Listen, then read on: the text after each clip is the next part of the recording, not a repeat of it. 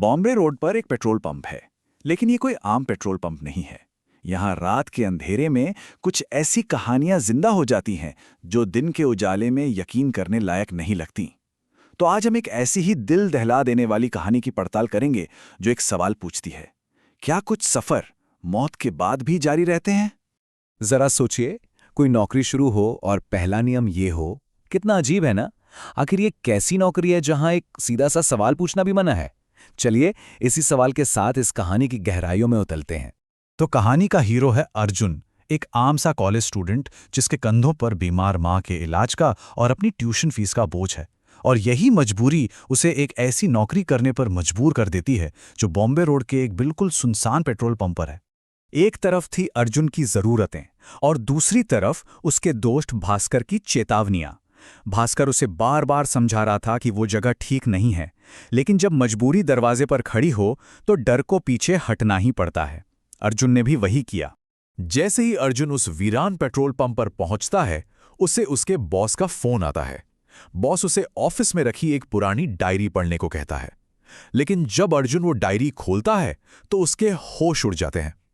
उसमें नौकरी के नियम नहीं थे, नहीं, उसमें तो उस रात जिंदा बचने के नियम लिखे थे।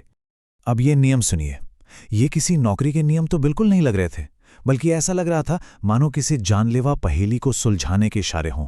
हर नियम अपने आप में खौफ पैदा कर रहा था। मतलब बर्फ से ठंडे पैसे, रात के 3 बजे बाहर क्यों नहीं देखना, इन सब का क्या मतलब हो सकता था? अर्जुन इन सब अजीबो-गरीब नियमों के बारे में सोच ही रहा था कि तभी पंप की नियॉन लाइटें बुरी तरह से टिमटिमाने लगीं। ऐसा लगा जैसे आने वाले खतरे का इशारा कर रही हों। और फिर वही हुआ जिसका जिक्र नियमों में था। एक काली ऑल्टो कार अंधेरे को चीरती हुई आई और उसकी हेडलाइट्स बंद थी। अर्जुन का दिल जोर जोर से धड़कने लगा। नियम नंबर 2 उसके दिमाग में गूंज रहा था। गाड़ी के अंदर से एक आवाज आई। जब उस आवाज ने पूछा कि आगे का रास्ता कैसा है, तो अर्जुन को पहला नियम तुरंत याद आ गया। उसने बड़ी चालाकी से बात घुमा दी और कहा, कुछ सफर कभी खत्म नहीं होते। और फिर जो हुआ उसने अर्जुन की रूह कंपा दी। गाड़ी की खिड़की से कोई इंसानी हाथ नहीं बल्कि एक कंकाल का हाथ बाहर निकला, और उस हाथ में जो पैसे थे वो इतने ठंडे थे कि मानो किसी ने बर्फ में डुबोकर निकाले हों। अर्जुन ने कांपते हाथों से वो पैसे लिए और नियम नंबर 3 के हिसाब से उन्हें पुराने जंग लगे बॉक्स में डाल दिया। डर के मारे अर्जुन की हालत खराब थी। वो भागकर ऑफिस में गया और तभी उसकी नज़र एक पुराने अखबार पर पड़ी। ये अखबार साल 1998 का था और इसकी हेडलाइन थी, बॉम्बे रोड पर भयानक हादसा। ये हादसा ठीक रात के 3 बजे हुआ था, जिसमें एक बस और 8 दूसरी गाड़ियों के सारे यात्री मारे गए थे। तो अब पहेली के टुकड़े धीरे धीरे जुड़ने लगे थे। एक 28 साल पुराना हादसा और इस पेट्रोल पंप के ये अजीब से नियम, आखिर इन दोनों के बीच क्या कनेक्शन था? कहानी का असली भयानक राज अब खुलने ही वाला था। घड़ी में 3 बजने वाले थे। अर्जुन ने फटाफट डायरी में लिखे नियम को माना। दरवाजे बंद, खिड़कियां बंद, पर्दे गिरा दिए और बस सांस रोककर घड़ी की सुइयों को देखने लगा। ठीक 3 बजे सब शांत था। एक पल को लगा शायद कुछ नहीं होगा, लेकिन अगले ही पल ऑफिस की बत्तियां बुझ गईं और बाहर से एक साथ कई गाड़ियों के आने की आवाजें आने लगीं। अर्जुन से रहा नहीं गया और उसने वो गलती कर दी जो उसे नहीं करनी थी। उसने पर्दा हटाकर बाहर देख लिया। बाहर जो उसने देखा वो किसी के भी होश उड़ाने के लिए काफी था। पंप पर इंसान नहीं बल्कि काली परछाइयां घूम रही थीं, जिनके शरीर नहीं थे, बस 2 हरी चमकती हुई आंखें थीं। वो सब अपनी ही दुनिया में थीं जब तक कि एक कार का हॉर्न नहीं बजा। वही काली ऑल्टो कार फिर से दिखी और जोर जोर से हॉर्न बजाने लगी। हॉर्न सुनते ही सारी परछाइयां एक साथ अर्जुन की तरफ मुड़ी और ऑफिस की तरफ बढ़ने लगीं। दरवाजा जोर जोर से पीटा जाने लगा। घबराकर अर्जुन ने अपने दोस्त भास्कर को फोन मिलाया, लेकिन फोन पर भास्कर नहीं था, बल्कि वही आवाज थी, टैंक फुल कर दो। बस इसके बाद अर्जुन बेहोश हो गया।